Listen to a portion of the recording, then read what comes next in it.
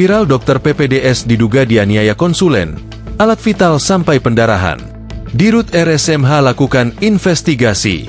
Viral di media sosial dugaan kasus kekerasan yang dialami seorang peserta PPDS Anestesi Universitas Sriwijaya. Disebutkan kalau yang melakukan kekerasan itu adalah konsulennya.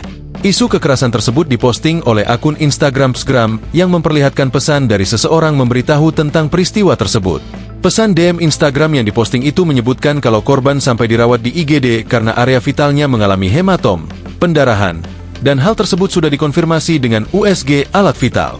Belum diketahui identitas korban dan oknum yang melakukan kekerasan tersebut, tetapi disebutkan kalau korban adalah PPDS Anestesi Unsri. Menanggapi soal isu kekerasan tersebut di Rut Rumah Sakit Umum Pusat Muhammad Hoesin, Dr. Siti Halimah mengatakan pihaknya sedang melakukan investigasi untuk mencari kebenaran dan fakta soal isu tersebut.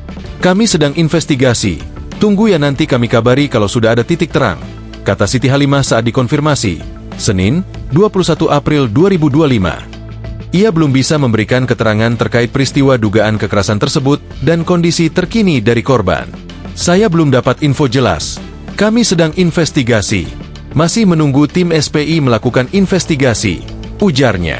Sementara Humas Rumah Sakit Umum Pusat Muhammad Hoesin, Suhaimi, mengatakan dalam keterangan tertulisannya, terkait dengan isu kekerasan yang dikabarkan terjadi RSMH Palembang, hingga saat ini pihaknya belum menerima laporan resmi dari pihak manapun terkait kejadian tersebut.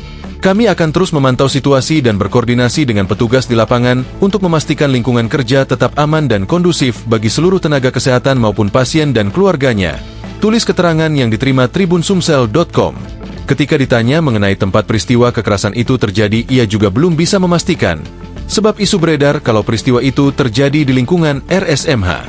Besok akan kami konfirmasi di mana betul kejadiannya, sambungnya.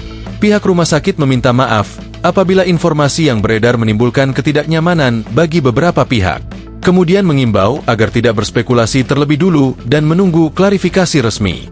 Kami memahami bahwa informasi yang beredar dapat menimbulkan ketidaknyamanan bagi beberapa pihak karena itu kami minta maaf.